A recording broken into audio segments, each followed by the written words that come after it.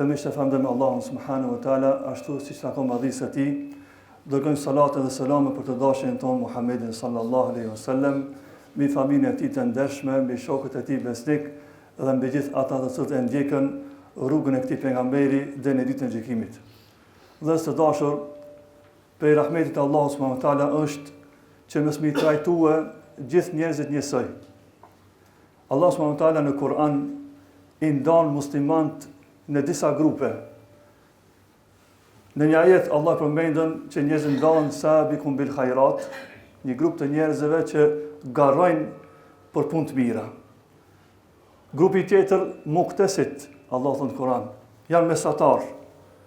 Jo që ngarrojnë punë të hajrit, po i kryjnë farzët dhe nuk janë të interesuar më tepër me bë diçka. Kjo është grupi i dytë. Wa zalimun li nafsi, e grupi më i ulët është grupi që i bën padrejti vetes me gjunahe. Pra Allah në Kur'an po e shohim që musliman, edhe pse këtë njëse janë, këtë janë besimtar, por nuk janë një të Zotit subhanahu wa taala. Edhe pejgamberi sallallahu alaihi wasallam i ka ndarë njerëzit në grupe. Nuk kanë këtë njësoj. Hadithin e Xhibrilit, që është një hadith i gjatë, pejgamberi sallallahu alaihi wasallam i ndan njerëzit në 3 grupe. E ndan musliman, mu'min edhe muhsin. Musliman ai i cili mjaftohet vetëm me shartet e Islamit. Kurse mu'min ai i cili më thonë e ka realizuar imanin, është një gradë më e lartë. Dhe muhsin është grada që adhuron Zotin sikur e sheh atë. Edhe pse nuk e sheh Zotin, Zoti subhanahu wa taala e sheh atë. Pra shikoni edhe pejgamberi sa po i ndan njerëzit në 3 grupe. Pra muslimani, edhe kjo drejtësia e Allahut është që nesër ditën e Kiametit mos mi barazu njerëzit njësoj. Ai i cili është kujdesur në muajin e Ramazanit, me i kry gjitha obligimet, dhe është kujdes me bo sa ma shumë nafile, sa ma shumë dhikr, e sa ma shumë Kur'an, nuk janë të barabartë nesër para Allahut subhanahu wa taala. Për të arsye dietar çka thonë edhe agjëruesit ndahen në 3 grupe. Kemi agjërues që vetëm i agjëron barki, ma tepër nuk ka. E ka lënë hajën, e ka lënë pijen, ju ka larguar marrëdhënieve intime dhe ka kry farzën. Dhe është grada më e ulët e këtyre besimtarëve të mirë. Këta mjafton vetëm me lënë ushqimin dhe pijen. Grada tjetër më e lartë, që është një gradë tjetër, është grada e agjerimit të trupit. Siç agjeron barki, duhet të agjerojë edhe trupi jonë. Siç ndodh kjo, duke ju larguar gjunaheve. Nuk është i barabartë një musliman i cili agjeron, por edhe bën gjunahe. Sikur një musliman tjetër i cili agjeron dhe kujdeset me u largu Zotit nëse mi bëhet gjuna Allah subhanahu wa taala. Ta nuk kanë barabartë. Për këtë arsye pejgamberi sallallahu alaihi wasallam thotë në një hadith: "Men lam yada qawla az-zuri wal 'amala bih, falaysa lillahi hajatun an yada'a ta'ama wa sharaba." Kush nuk i lë fjalët e këqija edhe rrenën, nuk është Allahu i nevojshëm që ta losh veten unët dhe papi. Nga kjo hadith kuptojmë që është një gradë e besimtarëve të mirë që ata jo që veç agjerojnë, por mundohen edhe trupi i tyre me agjeru në këtë muaj të Ramazanit. Grupi tjetër, që është një grup edhe më i lartë, ulemaja e ndajnë agjerimi i zemrës. E kjo është ata që përmendën në parzit, më thonë ata muhsinat. Ata të thotë më thonë adhurojnë Allahun, sikur e shohin Zotin, edhe pse më thonë nuk e shohin Zotin, a Zoti s'mund të ishte ata. E kjo është një gradë shumë e lartë. Kush janë këta njerëz? Me çfarë vepra mbijnë këta njerëz? Dhe së dashur, këta njerëz më thonë që ju agjeron zemra, ju agjeron shpirti, këta njerëz më thonë mundohen gjithmonë me kënaqë Allahu subhanahu wa taala me ibadetet e zemrës në muajin e Ramazanit. Siç është në rend parë, e bën niyetin për Allah. Se ndoshta ka musliman agjeron riunët, po s'e ka bën niyetin. E këta besimtarët, këta që ju agjeron zemra disa muslimanë të mirë, këta më thonë në rend parë e përmirësojnë niyetin. Adhurimin e agjerimit mundohen ta bëjnë vetëm për hir të Allahut subhanahu wa taala. Gjithashtu këta që agjeron zemra, këta mundohen mos me pas urrejtje, mbledh ndaj muslimanëve. Në muajin e Ramazanit muslimani mundohet me e pasue me agjeruar dhe zemra e tina. Pse? Se ne në Ramazan e synojmë faljen e Zotit. edhe në shumë rregull. Bile pejgamberi sa na ka mësuar që ne në muajin e Ramazanit duhet ta synojmë që Allah më na fal neve. Po vëllezër të dashur, ne e dëna faljen. Po a thua sa jemi të gatshëm me i fal të tjerët? Sa jemi të gatshëm me e largu urrejtën ndaj tjerëve? Se është një rregull në shariat, el jaza min jinsil amal, siç i trajton ti njerëzit, edhe Allahu të trajton ty ashtu njësoj. Nëse kam qefun Allah me më shirue, do t'i më shiroj njerëzit në tokë. Nëse kam qef Allah me më falë, do t'i falë njerëzit në tokë. Edhe për këtë çështje ka shumë ajete dhe hadithe, që na ka mësuar Zoti edhe pejgamberi alayhis salam që Allahu i trajton njerëzit mbas te që i trajton të tjerët. Prandaj muajin e Ramazanit ne këtë kemi dëshirë, me Allah më na fal, ti fal me njerëzit, ti më shiroj njerëzit, si ka thënë pejgamberi alayhis salam, irhamu man fil ardi yarhamkum man fis sama. Më shironi ata të zotë janë në tokë, t'ju më shiroj ai cili është në qiell. Edhe kështu edhe në këtë formë muslimani, ki që agjeron zemra, mundohet muajin e Ramazanit edhe zemrën pastrua karshi njerëzve, karshi besimtarve, karshi familjarve, karshi kushijut, karshi xhamatliut, mundohet me pas një zemër të shëndosh. Sa Allah ka thënë Kur'an, yawma la yanfa'u malun wala banun illa man ata Allah bi qalbin salim.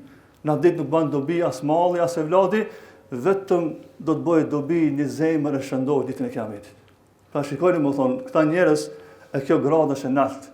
E kjo gradë kërkon mund të madh. E kjo gradë kërkon një xhihad me nefsin. Edhe bëhet muajin e Ramazanit bëhet xhihad me nefsin që është një ndër veprat më madhore në Islam, njeriu me luftu me nefsin e vet. Pra vëllezër të dashur, ulemaja kanë thonë prej alameteve të njerëzve që zemra ju agjon Ramazan, këta njerëz në Ramazan kënaqen me ibadete. I shem agjeron muajin e Ramazanit me gjithë qef. E shem fal namazet me gjithë qef. E shem namazin e taravijes vjen i pari dhe del i fundit. Mundohet t'ja hapë hakin ibadeteve. Këta njerëz mullin she e përmendin Allahun sa herë muajin e Ramazanit. Këta njerëz mullin she lexojnë Kur'an. Pra zemra e këtyre është e veçantë prej atyre tjere që vetëm ju agjeron barki. Këta zemrat janë të dallume. Pra elementi i parë i këtyre njerëzve që zemra ju agjeron në Ramazan, këta kënaqen me adhurimet që i bën në muajin e Ramazanit. Prej shenjave tjera që kënaqen këta besimtar, është që këta muajin e Ramazanit sa herë e ushqejnë veten me vlera që i ka ky muaj i Ramazanit. I kujtohet muaji i Ramazanit janë mbyll dytë e xhehenemit. Muaji i Ramazanit janë hap dytë e xhenetit. Janë prangos shejtan. Jeton me këta ndjenja. E kalon ditën dhe gjatë adhurimit të Ramazanit, ai e sheh gjithë ditën mundohet mi kujtu këta vlera. E ky person më të vërtet është duke agjeruar zemra e tij. Gjithashtu prej shenjave që këta njerëz e kanë edhe zemra ju agjeron Ramazan, këta njerëz në Ramazan i shprehin atë fukarallëkun për Zotin subhanahu wa taala. Si disa njerëz sikur nuk kanë nevojë mu falen. Sikur këtë e ka marrë garancën, e ka marrë diplomën për xhenet dhe s'ka nevojë me fal taravi. S'ka nevojë me lexu Kur'an, e shet çish e trajton vetëm me të tjerët. Dhe së dashur, ai sidi fukaraja sa herë ka nevojë për pasanikun. Ne sa herë kemi nevojë për Zotin subhanahu wa taala, edhe ki duhet ta shprehim në shumë forma. Edhe ardha e juve këtu me fal xhumon është një shprehje e fukarallëkut. Ne me fjalë tjera themi o Zot, unë jam i nevojshëm ti më fal. Unë jam i nevojshëm me më shërue. O Zot, unë jam i nevojshëm për xhenetin tan.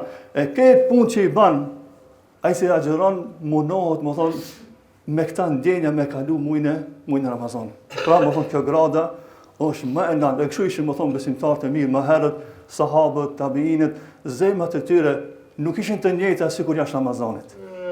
Për ata ishte një agjerim që edhe zemra agjeronte.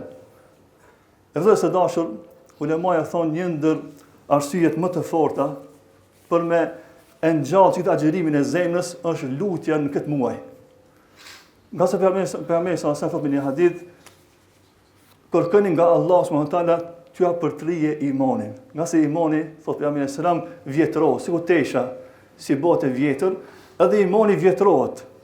Edhe pejgamberi ka thonë kërkoni nga Zoti që Allahu t'ju përtrije imanin. Nga se ka nevojë Allah me ta ripërtri imanin edhe me ndi sa më mirë, më thonë, mujnë e Ramazanit. Në fund desha me përmeni duat pejgamberit alayhi salatu wassalam, që e shohin që se si pejgamberi sa e ka shprehur nevojën për Allahun. E jo sikur ne që ndodh tek ne, sikur ne mos e kemi marrë garancën e xhenetit, sikur ne kemi marrë garancën që Ramazani është bukabull, jo. Te pejgamberi alayhi salam dhe te sahabët u vrejken lutjet e tyre se ata ishin shumë të nevojshëm për Allahun. Është transmetuar një hadith të saktë. Hadithi janë Sahih Muslim, pejgamberi sallallahu alajhi wasallam bënte dua kështu. Allahumma ati nafsi taqwaha. O Zoti i Madh, ma jep shpirtit tim, jepja takvallukun, devotshmërinë.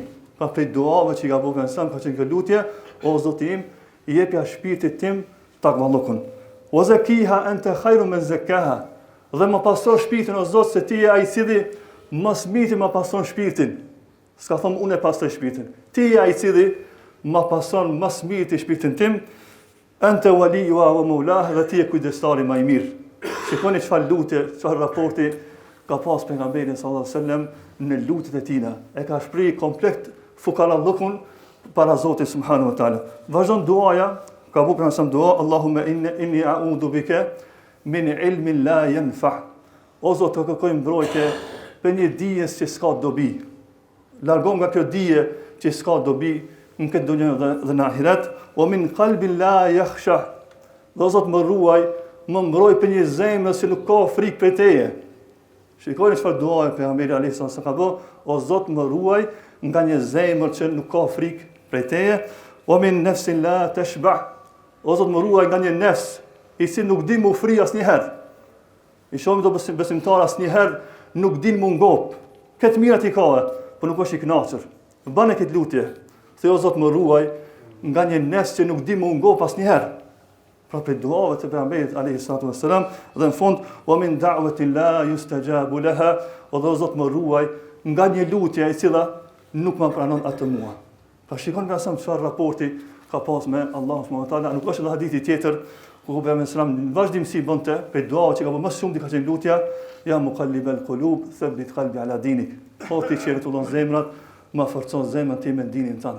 Pra më thonë në këtë formë muslimani, besimtari i mirë, do të asinon këtë gradën më të lartë.